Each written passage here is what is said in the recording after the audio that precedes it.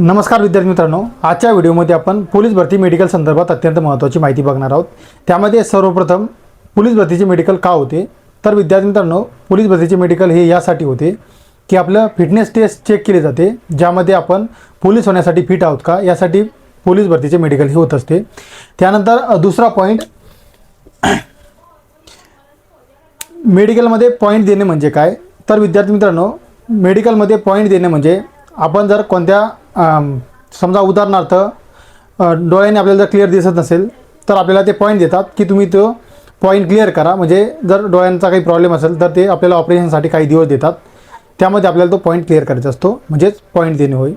Point देणे म्हणजे unfit असं होतं का, तर विद्यार्थी मित्रांनो ते सिच्युएशनवरती डिपेंड असतं। जर आपला पॉईंट हा क्लिअर होण्यासारखा असला तर आपल्याला सेकंड टाईम आपल्याला परत एकदा चान्स मिळतो रिमेडिकल करण्यासाठी, तर आपण अनफिट नसतो तर आपल्याला चान्स दिला जातो, म्हणजेच पॉईंट देणे होय। त्यानंतर मेडिकलमध्ये कोणते कोणते पॉईंट होतात, त्यामध्ये सुरुवातीला आपलं ब्लड प्रेशर चेक केलं जातं, त्यानंतर ब्लड टेस्ट केले जाते, तसेच युरिन टेस्टसुद्धा केली जाते। स्पेशली युरिन टेस्ट हे फिमेल कॅन्डिडेट्समध्ये केले जाते, त्यामध्ये प्रेग्नेन्सी टेस्टसुद्धा चेक केली जाते। त्यानंतर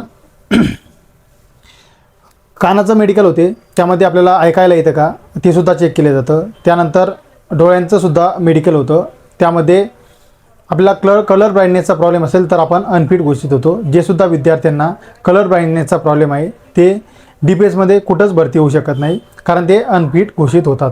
बऱ्याचशा विद्यार्थ्यांचे प्रश्न असतात की काही विद्यार्थ्यांना चष्मा लागलेला असतो तर ते मेडिकलमध्ये फिट होतात का, तर होतात, कारण चष्मा असेल आणि त्याला जर क्लिअर दिसत असेल तर तो मेडिकल पॉईंट नसतो।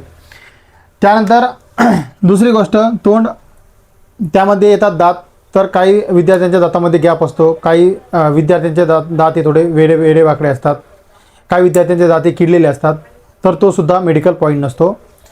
त्यानंतर दुसरी गोष्ट, काही विद्यार्थी हे बोलताना तोत्रे बोलतात, जर थोडेफार तोत्रे बोलत असतील तर तो मेडिकल पॉईंट नसतो, पण जर तोत्रे बोलत असेल तर तो पॉईंट असू शकतो।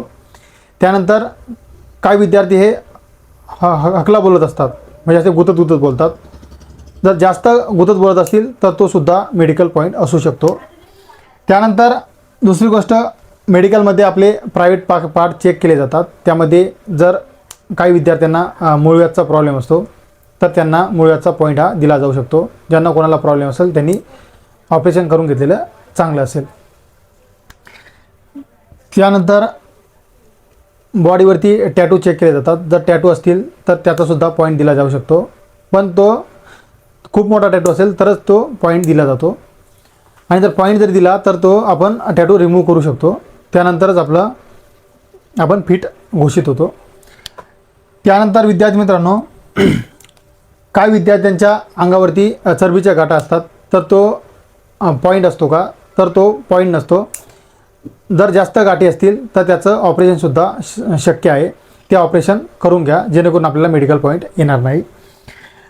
त्यानंतर काही विद्यार्थ्यांचे लहानपणी फ्रॅक्चर होतात, त्याचं ऑपरेशन झालेलं असतं, तर ते सुद्धा मेडिकल फिट असतात, त्यांनासुद्धा मेडिकलचा पॉईंट दिला जात नाही।